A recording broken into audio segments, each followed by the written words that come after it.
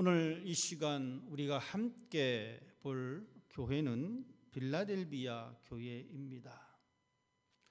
요한계시록에 나타난 일곱 교회의 모습을 보면서 한 교회 공동체의 모습과 더불어 우리 개인의 신앙의 모습도 우리가 함께 생각해 볼 필요가 있습니다. 왜냐하면 우리 각자는 교회이기 때문입니다. 그리스 교회라고 하는 이 공동체 속에 모였지만 이 공동체 속에 포함되어 있는 여러분 한 심령이 교회입니다. 왜냐하면 우리들 마음 가운데는 하나님의 영이 거하시기 때문입니다. 그래서 우리는 이 계시록에 나타난 이 교회를 보면서 외형적인 교회를 생각할 것이 아니라 내면적인 우리의 신앙을 바라보면서 적용할 필요성이 있습니다. 빌라델비아 교회는 요한계시록 2장에 기록된 일곱 교회 가운데에 제일 늦게 출발한 교회입니다. 다른 교회들은 다 일찍 세워졌는데 이 빌라델비아 교회만은 좀 늦게 세워졌습니다. 조금 늦게 세워졌지만 이 빌라델비아 교회의 특징은 무엇이냐면 책망이 없는 교회입니다. 서머나 교회와 더불어서 하나님께서는 이 빌라델비아 교회를 보시면서 책망하신 것이 아니라 그들을 칭찬하셨습니다. 또한 이 지역은 지진으로 인해서 도시가 파괴된 지역입니다. 즉 지진이 발생해서 건물이 많이 무너지고 한 그러한 동네이기도 합니다. 다른 일곱 동네보다는 조금 작은 동네입니다. 하지만 이 지역은 도시 세 개를 연결시키는 그 주요 연결도에 있는 도시입니다. 즉 무역의 교차로에 있는 도시이기도 합니다. 역사학자들은 이야기하기를 이 지역을 가리켜 동방의 관문이다라고 표현을 쓰기도 합니다. 이 빌라델비아 이 지역에는 어떤 특산물이 있냐면 포도가 지역 특산물입니다.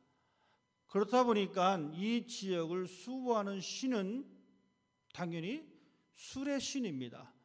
술의 신 디오니수스가 이 지역을 다스리고 백성들은 그 술의 신을 섬기면서 지냈습니다. 여러분 술을 하면 떠오르는 것이 뭡니까? 아무래도 방탕입니다.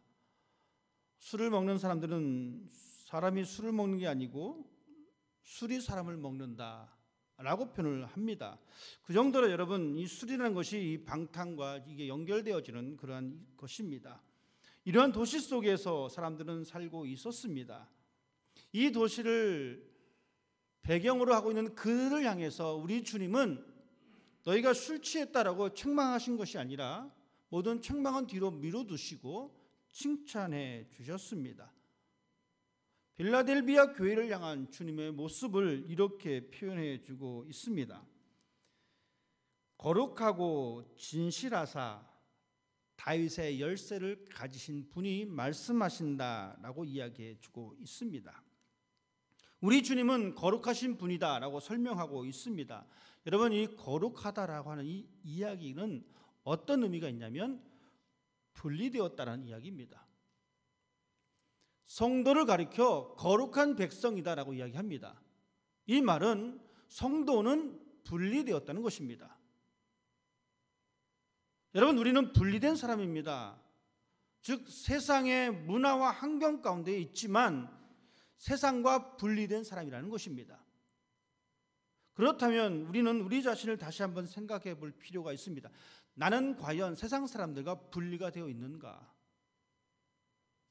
이 분리는 육체적인 분리를 말하는 것이 아닙니다. 내가 세상 사람들이 추구하는 것과 동일한 것을 추구하고 있느냐? 아니면 그들과 분리되어서 하나님께서 원하시는 것을 추구하고 있는가? 여러분 여기서 우리는 성도의 의미가 있습니다. 하나님을 믿으면서 여전히 세상의 것을 따라간다라면 우리는 이 거룩과는 별로 상관이 없는 사람입니다. 거룩과 상관이 없는 사람이라는 이야기는 거룩하신 주님과 별로 상관이 없다라는 이야기입니다. 우리의 신앙은 그럴 수 없습니다. 왜냐하면 교회를 향하여 말씀하시는 분은 거룩하신 분이다라고 말씀해 주고 있기 때문에 그렇습니다. 이 거룩은 하나님의 속성입니다. 쉽게 말하면 하나님의 인격입니다. 예수 그리스도를 믿고 있는 우리들도 이 인격의 부분들이 우리 안에 있다라는 이야기입니다. 그래서 우리들은 세상과 구별된 그 삶을 살아갈 필요성이 있습니다. 세상 사람들과 똑같은 방향으로 가는 것을 거부하여야 합니다. 왜냐하면 우리는 우리 주님이 거룩하신 분이기 때문에, 우리는 성도로서 예수 그리스도를 내 마음속에 모시고 살아가고 있기 때문에 우리 또한 마찬가지로 구별된 삶을 살아가야 합니다.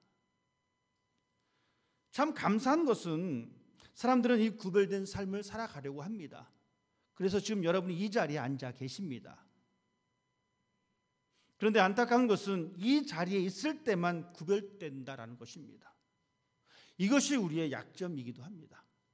하나님은, 우리 주님은 어제나 오늘이나 영원토록 동일하게 거룩하신데, 물론 우리는 사람이기 때문에 그렇게 할 수 없습니다. 그렇지만 우리는 너무나 교회에 나와서만 거룩함을 보여주려고 한다는 것이 우리의 문제라는 것입니다. 하나님은 거룩하신 분이십니다. 우리도 거룩한 존재가 되어야 합니다. 하지만 우리는 연약하기 때문에 자꾸 쓰러집니다. 자꾸 넘어지다 보니까 이렇게 생각할 때가 있습니다. 그래, 나는 원래 안 되는 사람이니까 관둬야지.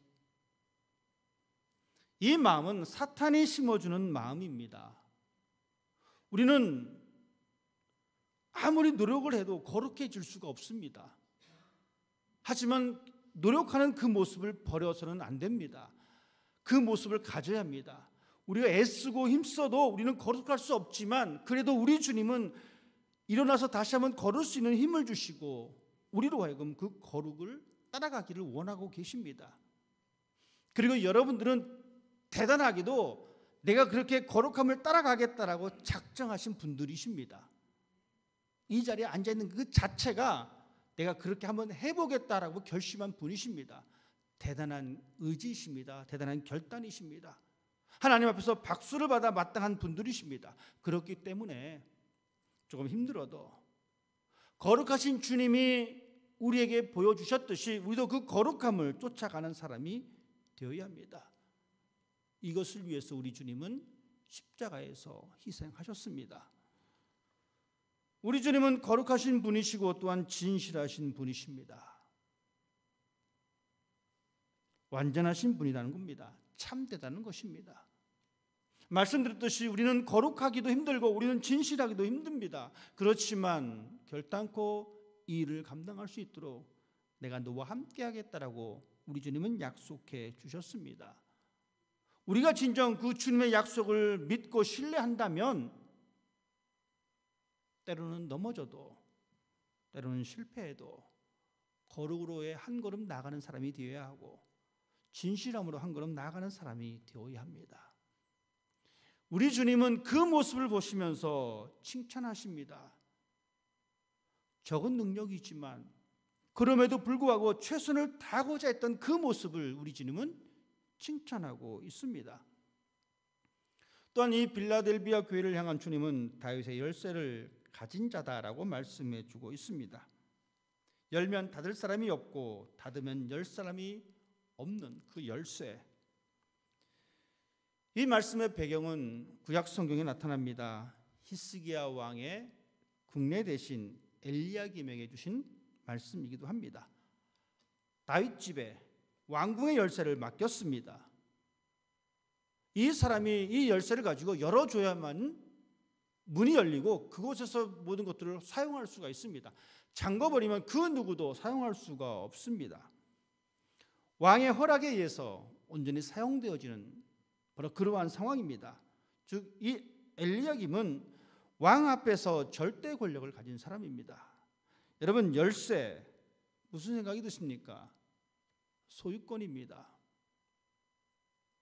그 집의 소유권이 그 열쇠에 담겨져 있습니다.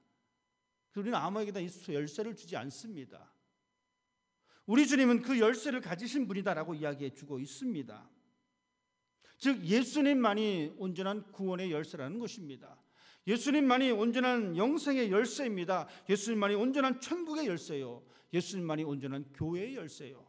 예수님만이 온전한 축복의 열쇠임을 우리들에게 말씀해 주고 있습니다. 그렇기 때문에 우리들은 열쇠를 가지신 그분 앞에 있어야 합니다. 왜? 그분이 문을 열어주실 때 우리는 그 문을 통과할 수 있기 때문에 그렇습니다. 다른 곳에 가서 문이 열리길 여러분 기다리지 마십시다.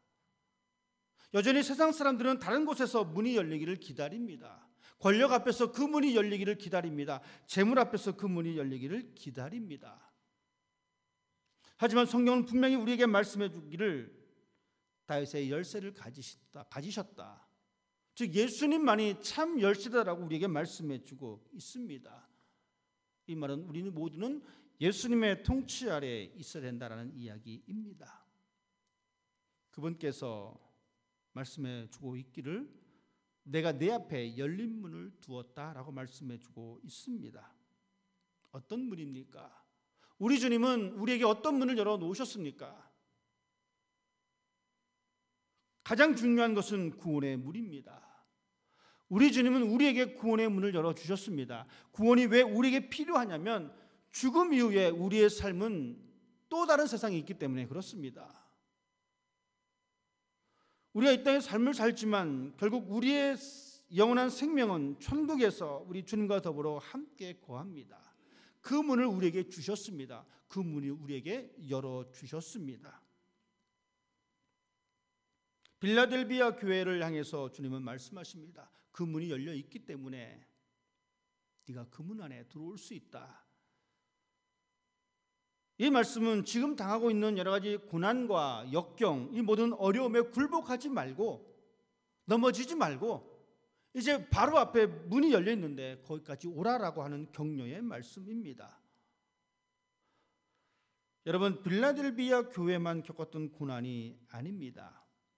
우리의 삶도 우리 앞에 고난이 있습니다. 여러 가지 많은 어려움들이 우리 앞에 있습니다. 하나님을 믿는 데 있어서 수많은 제약들이 우리 가운데에 있습니다. 우리는 그것을 가리켜 고난이다라고 이야기합니다. 그렇다면 과연 믿음의 조상들은 그 고난을 어떻게 대처했습니까? 성경은 기록해 주고 있기를 그 고난받기를 즐겨했다라고 성경은 말해주고 있습니다. 왜 그렇습니까? 고난이 있음을 알았어요. 하나님을 온전히 믿으면 고난이 있는 것을 알았습니다. 여러분, 아니까 그것을 충분하게 받아들입니다. 우리의 실수는 뭐냐면 예수를 믿을 때 고난이 없다, 하나님을 믿을 때 고난이 없다라고 하는 것이 우리의 실수입니다. 그러니 조그만 고난이 오면 내가 하나님 잘못 믿었지, 이런 생각을 하게 되어집니다. 하지만 믿음의 조상들은 당연히 있을 그 고난을 알았기에 그 고난을 겸손하게 받아들이고 그것을 이겨낼 수가 있었습니다.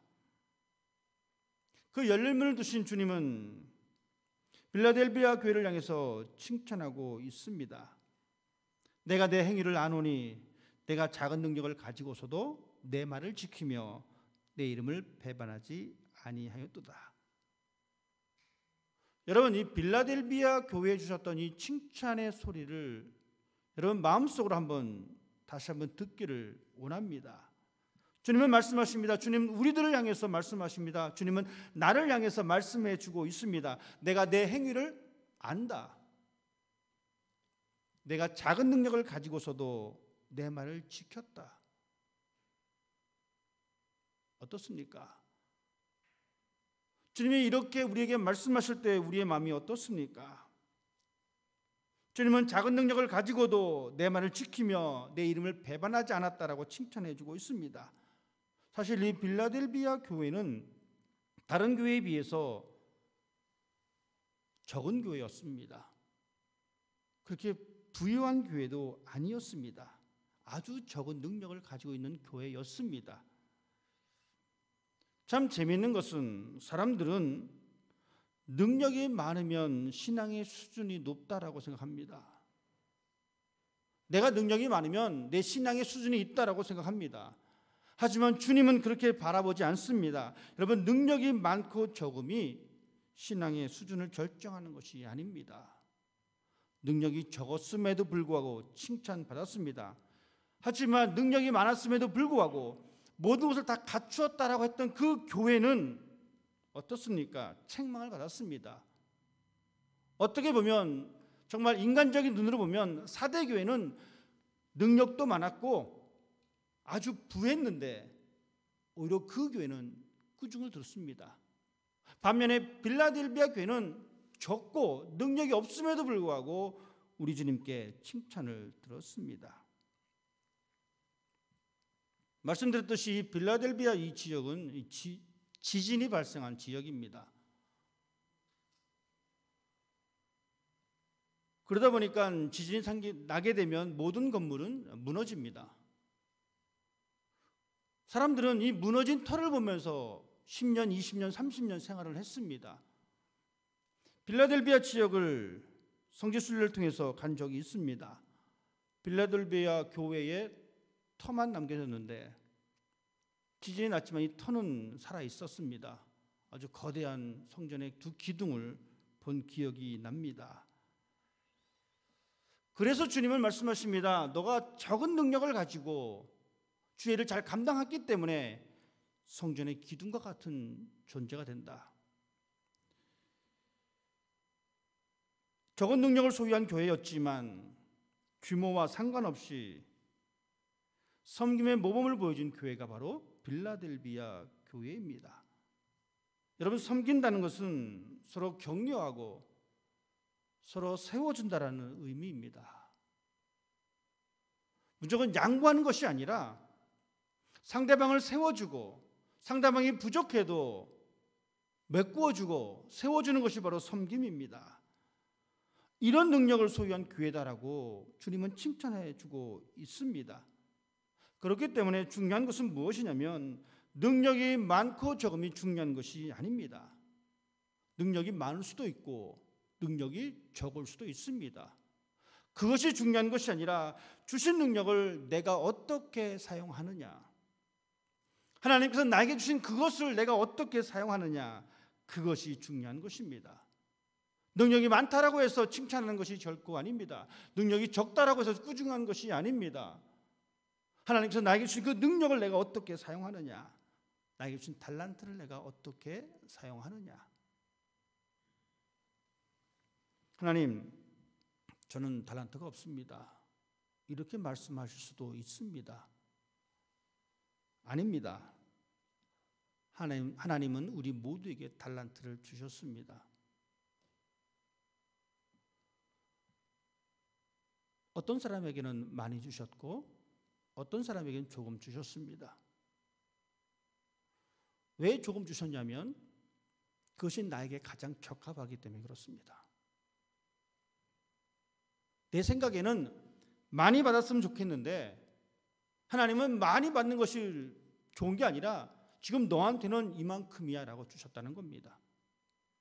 어떤 사람에게 많이 주셨습니다. 많이 감당할 수 있기 때문에 많은 달란트를 주셨습니다.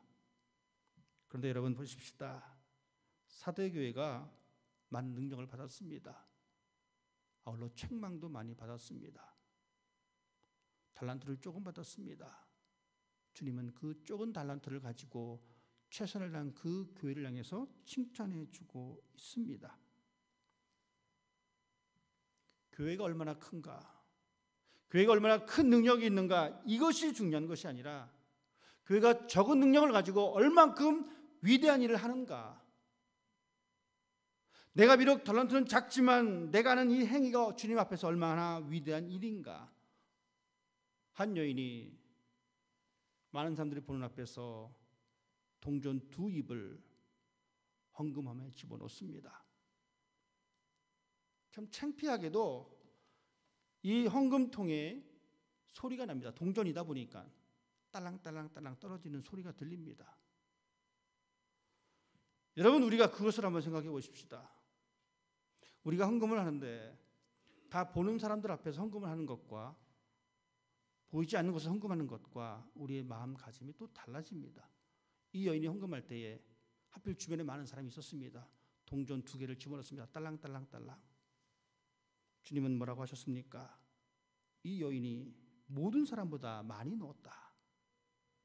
우리 주님은 적은 것 가지고 최선을 다하는 그 모습을 칭찬해 주고 있습니다. 이런 빌라델비아 교회 안에 자칭 유대인이라고 하는 사람들의 공격이 있었습니다. 여러분, 회당입니다. 회당은 유대인들이 모이는 곳입니다. 그들이 모여서 하나님의 말씀을 읽고 서로 강론하는 그 시간입니다. 그런데 그 유대인이 모이는 그 회당을 가리켜 오늘 성경은 무엇이라고 표현해 주고 있냐면 사탄의 회당이라고 기록해 주고 있습니다. 자칭 유대인이라 하나 눈에 보일 땐 유대인의 모습이긴 하지만 사탄의 회당이라는 것입니다. 예수 그리스도의 복음을 거부하고 그 복음을 변질시키는 것이 사탄입니다. 자칭 그리스도인이라고 하지만 여러분 보십시다. 자칭 유대인이라고 하지만 그들의 모임은 유대인의 모임이 아니라 사탄의 모임이라는 것입니다.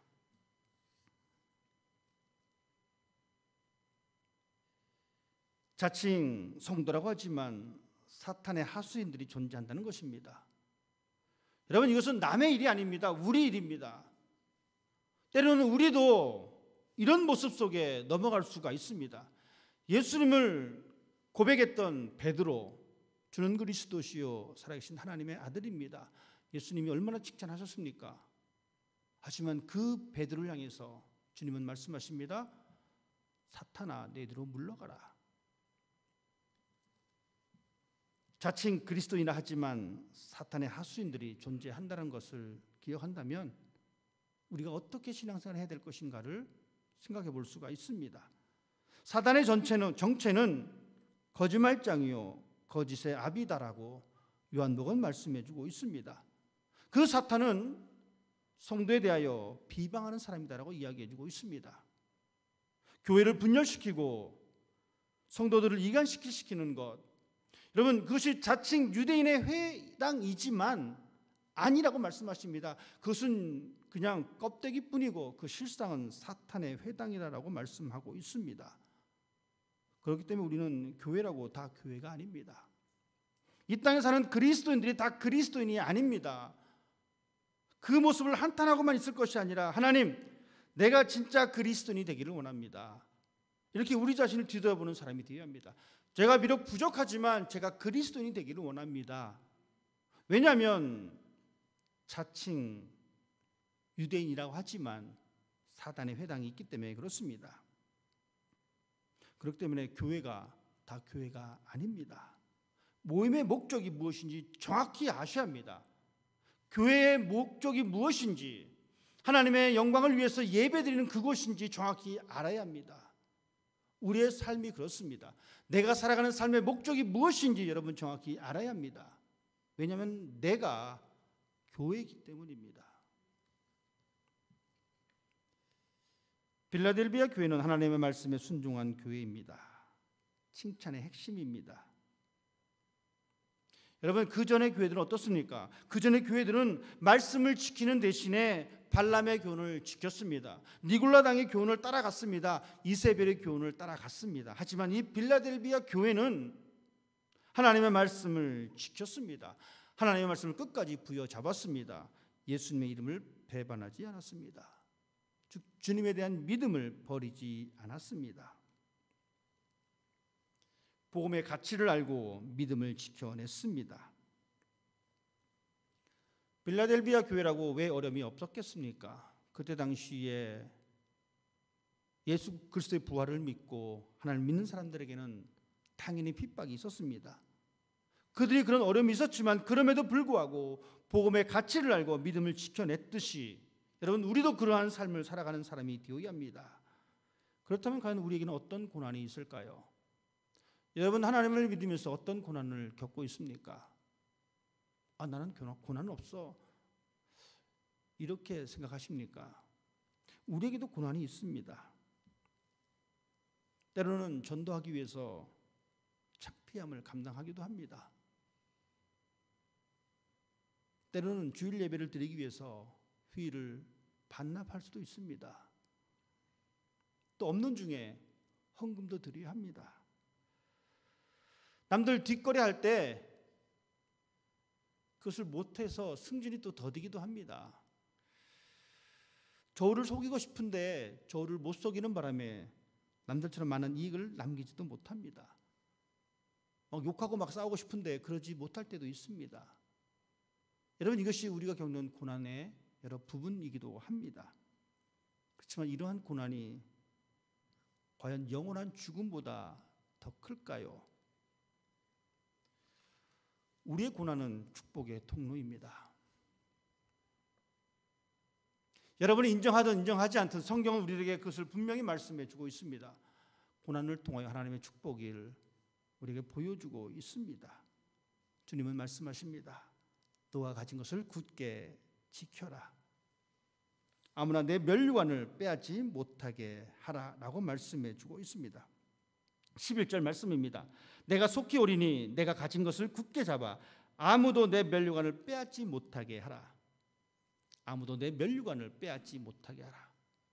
여러분, 이 말씀은 누군가가 여러분이 소유한 그 면류관을 빼앗아 간다는 이야기입니다. 그렇기 때문에 이미 면류관을 소유한 여러분들은 더 받기 위해 애를 쓰는 것이 아니라 지키는 데 애쓰는 사람이 되어야 합니다. 하나님께서 여러분 모두에게 면류관을 주셨습니다. 이 면류관을 빼앗기지 않도록 여러분 자신을 뒤돌아보면서 여러분의 신앙을 지키는 사람이 되어야 합니다. 왜냐하면 주님께 받은 것을 빼앗으려는 무리가 있기 때문입니다. 누구냐면 바로 사탄입니다. 사단의 하수인입니다. 사라지고 없어질 것들을 들고서 유혹하면서 우리가 가진 것을 빼앗으려고 합니다. 가진 것을 빼앗길 수 있다는 사실을 여러분 기억하십시오. 성경은 말합니다. 근신하라, 깨어라. 너희 대적 마귀는 우는 사자같이 두루다니며 삼킬 자를 찾나니. 내가 하나님께로부터 받은 면류관이 있습니다. 성경 또한 말합니다. 내가 선줄로 생각하는 사람은 넘어질까 조심하십시오. 빼앗길 수 있다는 것입니다. 여러분이 받은 것은 무엇입니까? 하나님의 말씀입니다. 하나님을 향한 믿음입니다. 복음 전도를 향한 열정입니다. 이것을 빼앗길 수도 있다는 것입니다. 그렇기 때문에 우리들은 하나님께로부터 받은 것을 지키려고 더욱더 경건한 삶을 살아가는 사람이 되어야 합니다. 그때 주님은 말씀하십니다. 내가 너를 지키겠다. 그렇게 적은 능력을 가지고 최선을 다해서 하나님을 향한 그 믿음을 지킬 때에 내가 너를 지켜주겠다라고 말씀해 주고 있습니다. 나의 인내의 말씀을 지켰은즉 내가 너를 지키리라. 하나님이 우리 모두를 지켜주신다라고 약속해 주고 있습니다. 또한 그 하나님께서 말씀하십니다. 성전의 기둥이 되게 하리라. 솔로몬 성전에 두 기둥이 있습니다. 야긴과 보아스입니다. 그가 세우시고 그에게 능력이 있다라는 의미가 담겨있는 기둥입니다. 세상을 바칠 수 있는 귀한 사명감으로 세워준다라고 말씀해주고 있습니다. 지진이 난 그 폐허된 도시를 바라보았던 이 사람들은 남아있는 이 기둥의 중요성을 그들은 항상 보고 자랐습니다. 그렇기 때문에 주님은 말씀하십니다. 적은 능력을 가지고 최선을 다해서 하나님을 향한 믿음을 가진 너희들에게 내가 성전의 기둥과 같은 존재로 세워주겠다라고 말씀해주고 있습니다.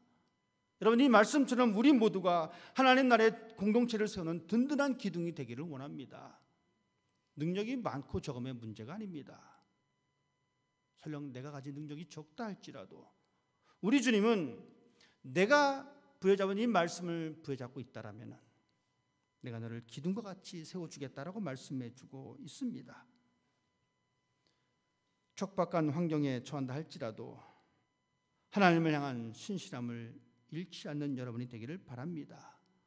어떤 환경 속에서도 하나님 앞에서 정직하며 주어진 모든 것들에 최선을 다하는 신앙이 여러분 삶 가운데 있기를 바랍니다. 그 사람이 기둥과 같은 사람입니다.